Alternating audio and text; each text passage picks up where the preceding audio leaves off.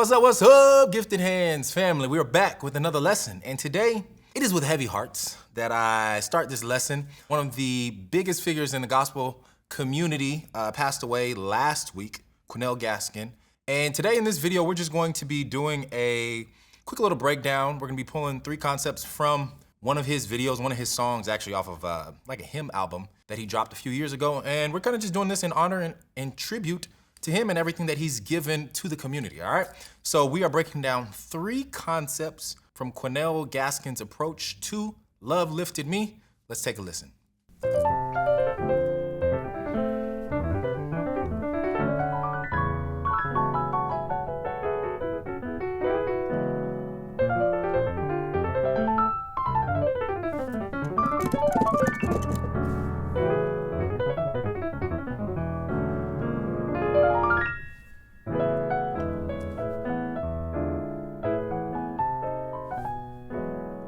All right, so you just heard the first, maybe 45 seconds of his approach. And the first concept, so we're not doing a note for note breakdown in this video. I'm just gonna pull out concepts. A lot of times you don't even have to transcribe a song. You don't have to transcribe an album or a musician note for note. A lot of times you can listen to it and kind of pull ideas away on how they approach playing songs, how they approach chords, progressions, all of those things. So with this video, we're not doing note for note. There's a lot of notes in here and it would take a little while. So we're just doing concepts, okay? So the first concept is just going to be his use of inversions, all right? His use of inversions to change the sound and change the way that his chords are voiced. So we're kind of skipping ahead past the intro, going into the verse. This is Love Lifted Me, we're in the key of A. And it starts off, I was sinking. All right, so we're starting on the 1. I was sinking. To the 5, deep 1 with deep in sin, Back to the 5, so we're doing 1, 5, 1, 5, kind of with an alteration, right? And then he goes to the 1, far from the past to the 5, right? Da, da, da, da, da, da. That's how he's playing. Now, normally, if I was playing this song, I would probably approach it. I'm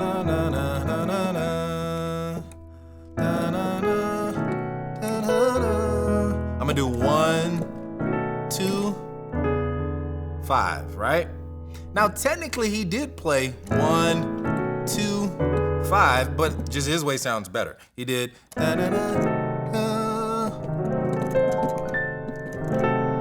This looks like a diminished chord. I mean, technically it is a diminished chord to this chord, which the chord readout is saying it's a B minor 6.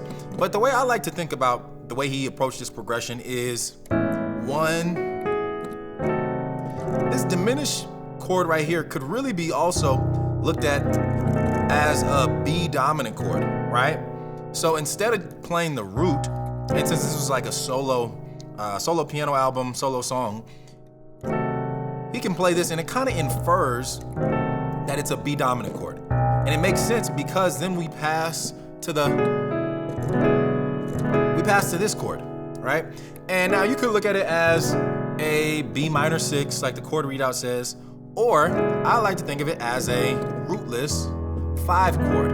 Why? Because really, I'm looking at this, and these are, if you just invert this stuff up, the notes of our 5 chord, which is E dominant, right? And then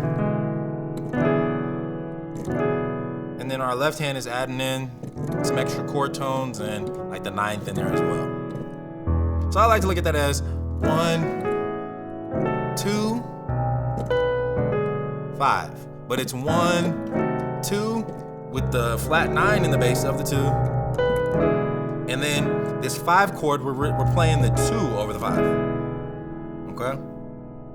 So that's a dope way to approach just that progression as a whole. And we could literally approach the whole song like that if we wanted to. Like, we could extend that out and play the extreme version of that, which would be like, maybe we do.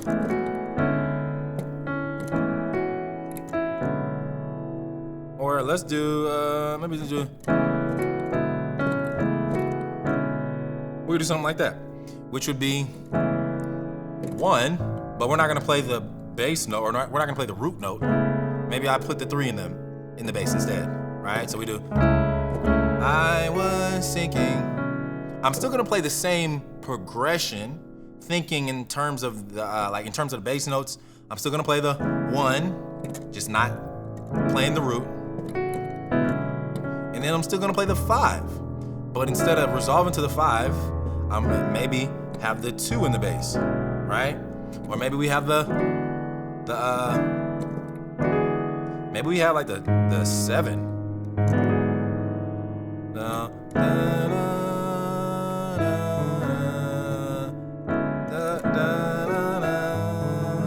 Right? And the cool thing about using inversions in this way is that every different bass note that you choose for a chord gives it a completely different like emotional feeling, or adds a different color to the chord. So if I play the 1 chord right here, it sounds very consonant. It sounds like you're at home, especially since it's the 1. Like this is just the main note of the key that we're in. We're in A, right? But if I play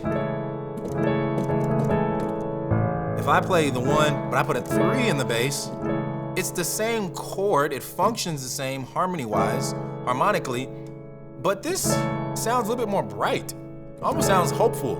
Like this sounds like we don't need to go anywhere. Like the journey is completed. But the 1 with the 3 in the bass, it sounds hopeful, but like we're looking forward to something. That's kind of like how I envision it. If I was watching a movie or something, it's like, okay, we're not home, but something really positive is happening and it's getting better, right? That's what it sounds like to me, at least. And then the 5 actually sounds a little bit more consonant than even the 3. The 3 sounds like it needs to move somewhere. The 5 kind of sounds pretty happy where it's at, right? And then maybe we could try the 7. Ooh, now that sounds different. That sounds like almost pensive and thoughtful, right? So when we're talking about using inversions for chords and changing the way like we voice a chord, I just look at the different inversions and adding different bass notes into it, or using a different bass note kind of as a root, as different colors or different shades in your crayon box, right? Whatever, however you might think about it. So that's the first concept, is using inversions to change the progression. I was thinking deep in sin, out on my peaceful shore. All right, that's the first concept. Let's go into concept number 2. So concept number 2 is going to be changing keys or using modulation to add some variety to your playing and to your approach. All right, so let's take a listen back to the beginning of the song again. We're gonna listen to the intro, we're gonna listen through a little bit more, and then we'll pull out some spots to where he used modulation / key changes to add some flavor to it. All right, let's do it.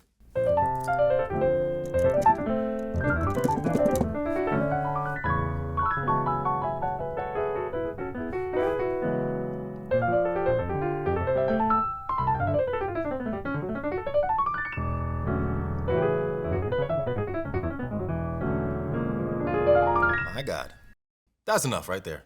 Just that much. It's crazy. All right, so we already established that this song starts off in A major, right? But Quennel, the genius that he was, he does not start in the key of A major. He starts in F major, actually. So, and he's doing like a 4, playing a bunch of notes, but I'm kind of hearing 4, 6 to the 1 in the key of F. Let's listen to it one more time. So it sounds like he does 4, something like that, blazing fast, and then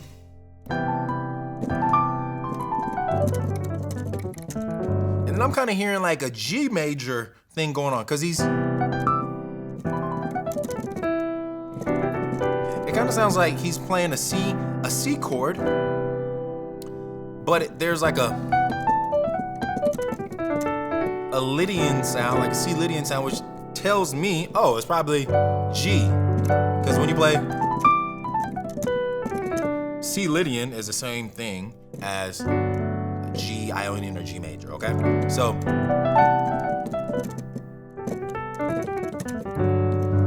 So he's going from F, 4, 6, 1, and F to like a 4 and G, right? Or even 4, 6. I think he goes like 4 to the 6, all right? And then let's keep listening and see what happens after that.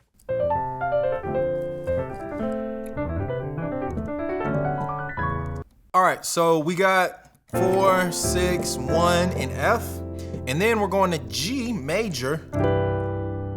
And then we're hitting like a 4, 6. Right, in G major. Lines, runs, riffs, whatever you want to play there. And then we're doing... And then we're modulating again to get to A major. So really what he's doing is playing a progression in F with runs and licks. Then he's moving to G major, runs and licks in G major. And then finally modulating to A major, which is where he's actually going to start the song, which is in A major, right? So 4, 6, 1 in F, 4, 6 in G, and then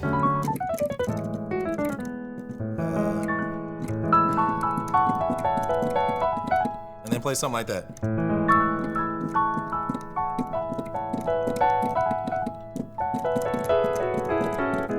Right, doing something like that to that extent. And so really what it sounds like he's doing in A is the 4 in A, line, whatever you want to play,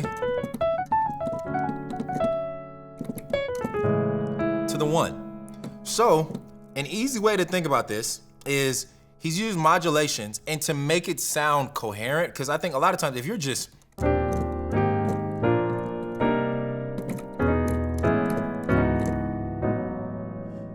all over the place, just moving keys, it's gonna sound wild. Like, why are you doing all that? You're doing too much, right? It can sound like that very easily. But the way that Quennel makes it sound connected and makes it sound like one musical idea is by using the same progression in multiple keys. So he's doing 4, 6, 1, and then 4, 6 again in the next key, which is G major, right? So 4, 6, 1 in F. 4, 6 in G major, right? And then 4, 1 now in A major. So he's using 4, 6, and 1 in each key, kind of in different orders, but because it's the same kind of progression, it's bounced around the same chords, our ears can tell the patterns that are going on, right? And so even though it sounds like we're in a different place, we're in a different key, we can still feel like, okay, not too much is changing. All right? So that's one way that he uses modulations in this song and in his playing to just add a difference, to do something different than what you would normally expect. Let's keep listening to this tune and see if he uses modulations anywhere else. I already know he does, right after the verse. Okay, so let's listen to that.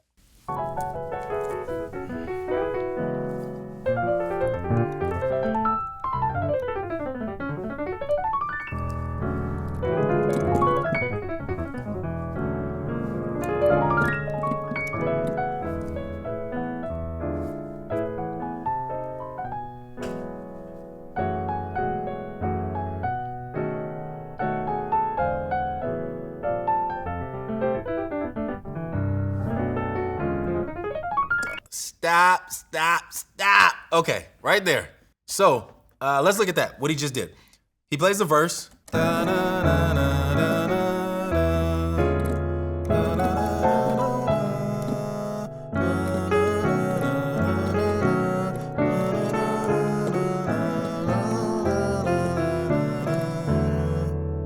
So at the end of the verse, or actually not even at the end of the verse, that's like in the middle of the verse. So I was thinking 1, 5, deep ends in 1, 2, 5, 6, 2, 6, 2, 2.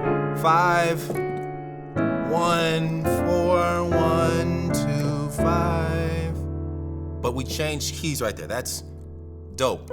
Beautiful move right there. So, da-na-na-na-na, 1. And after he hits the 1 in A, he's immediately gonna modulate to F major.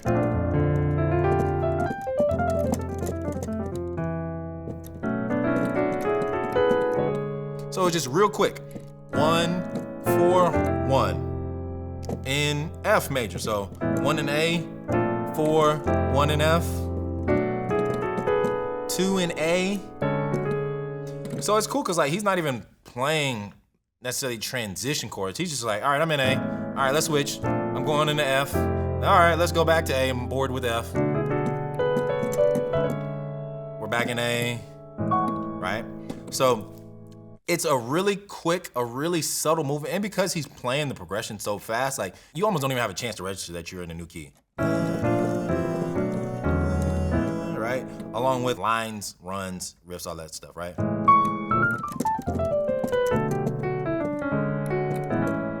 So, and I think that's another part of it that makes it sound really good is that he can be in A,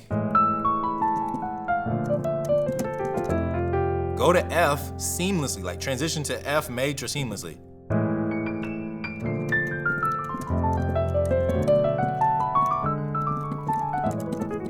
And then transition back into A seamlessly as well. So if you can work on that, which is like connecting different scales together without pausing, it will make your modulation sound so much smoother, right? And the way you do this is by trying to find common tones. So if I'm in A major, right? I'm gonna play an A major scale.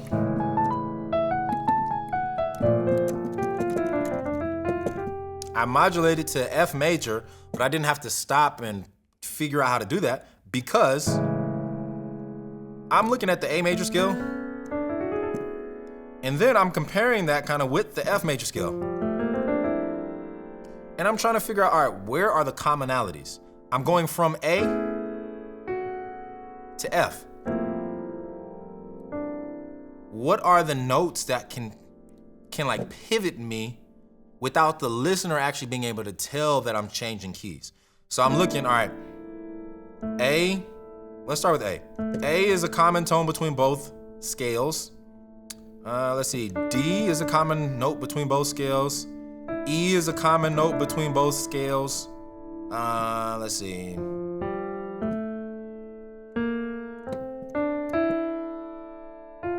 Yep, so we got those 3 notes. A, D, and E belong to both the key of A major and F major. So I know like, whenever I hit anyone, or I'm gonna try to target one of these notes when I'm changing keys. Why? Because it's gonna make it a smooth transition. So we could do, or you do something like that, or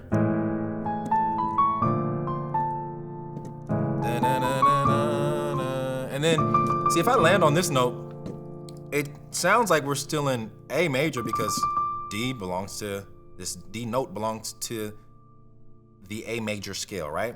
But it also belongs to the F major scale. So then from here I'm pivoting from the A major scale to like an F, some type of F major scale seamlessly. And then we do the same thing when we're going from F back into A.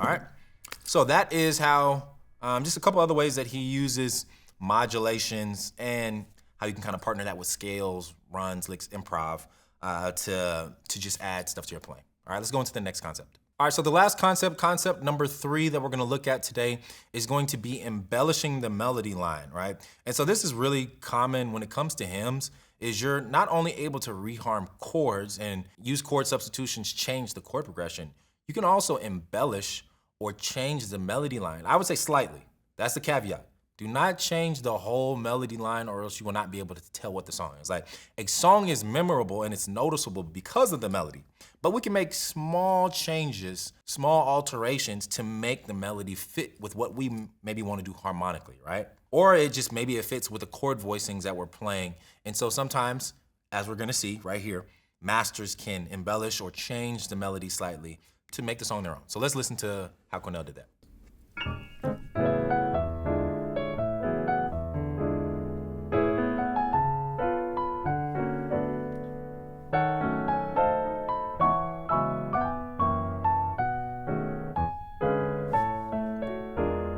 Woo! He's killing. All right, so let's look at the second half of this verse to see how he's embellished this melody line. So we already went over the first half, and then the second half.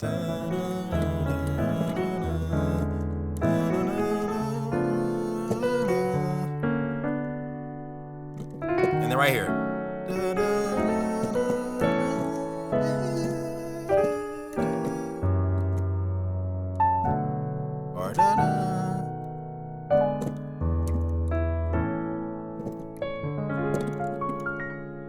All right, so we still got the melody line going through the second half of the verse.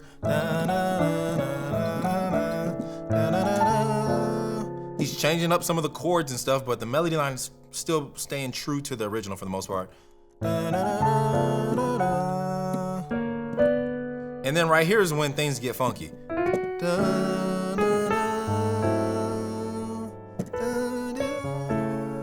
So, flat 5. We're changing the chords. The melody line actually still kind of staying true to the original. Flat 5. Or actually even. Then we got like a diminished chord. 1/5.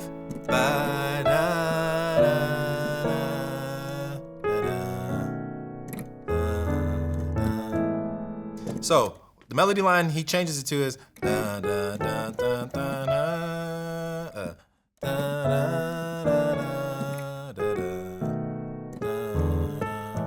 when normally it's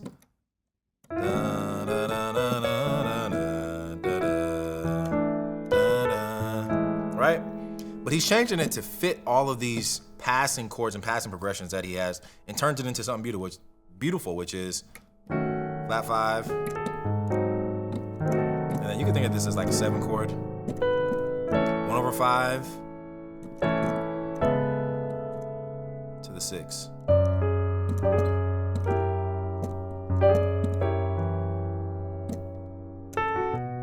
2 dominant. 5 1.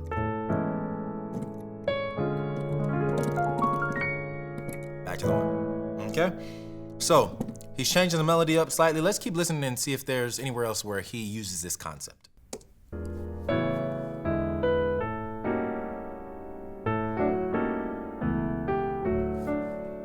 Okay, there's another spot. Let's listen to that one more time.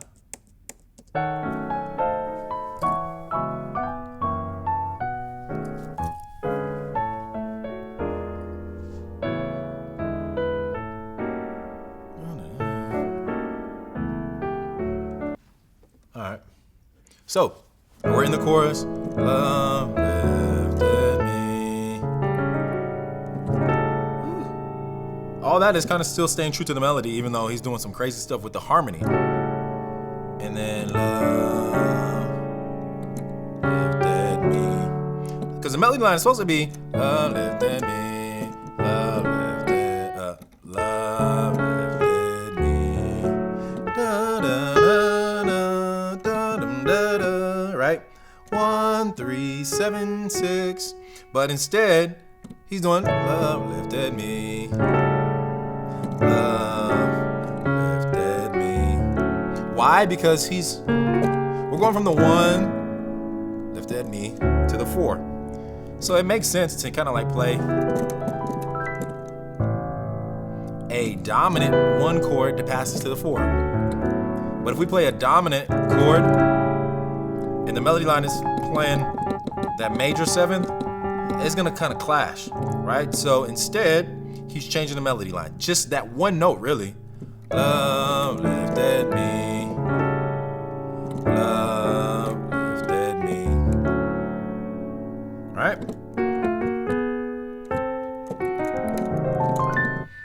So stuff like that you can add to your playing. Let's review these 3 concepts real quick. So concept number 1 is using inversions to give yourself more options when it comes to chord voicings.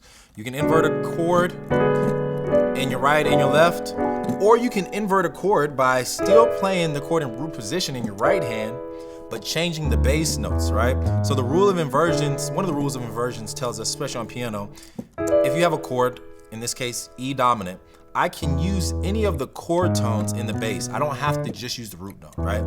We can use any of these chord tones in the bass, and it gives us a completely different feel, all right? So that's concept number 1.